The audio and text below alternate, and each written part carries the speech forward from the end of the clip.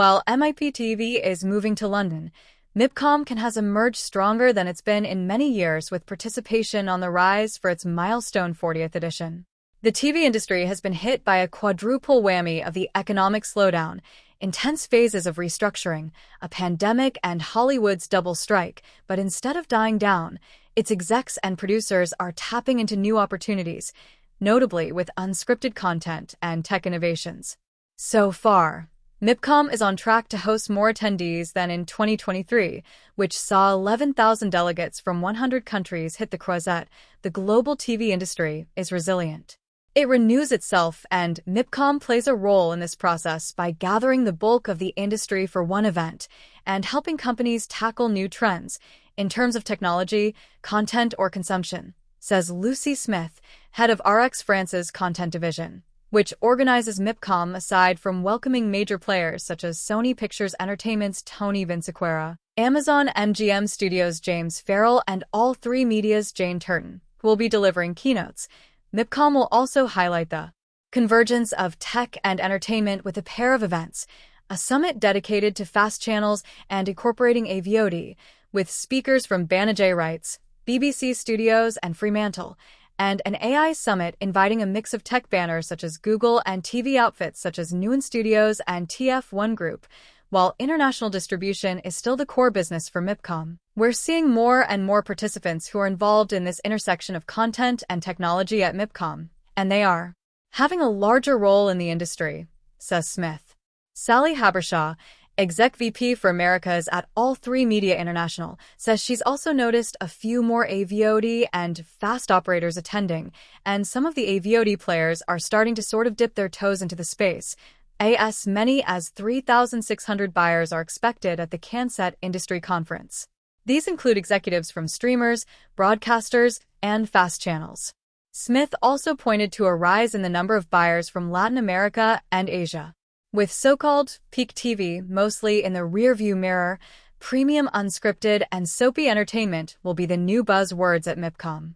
Celebrity-driven formats, reboots of game shows, and singing contests are also trending. Hive Arthur Essebag, a famed French TV host, producer, and founder of Paris-based Satisfaction Group, says broadcasters have been doubling down on unscripted to fill the void left by American series.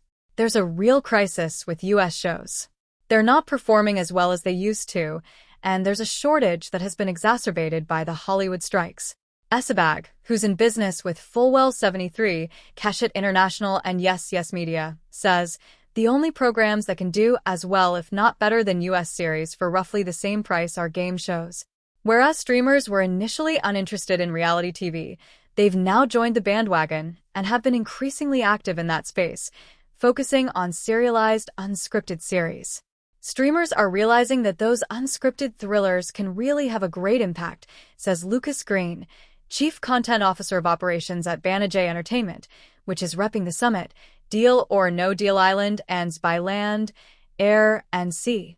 They can have really high production values, but still come at a much lower price than big-budget scripted series. They can be faster to turn around.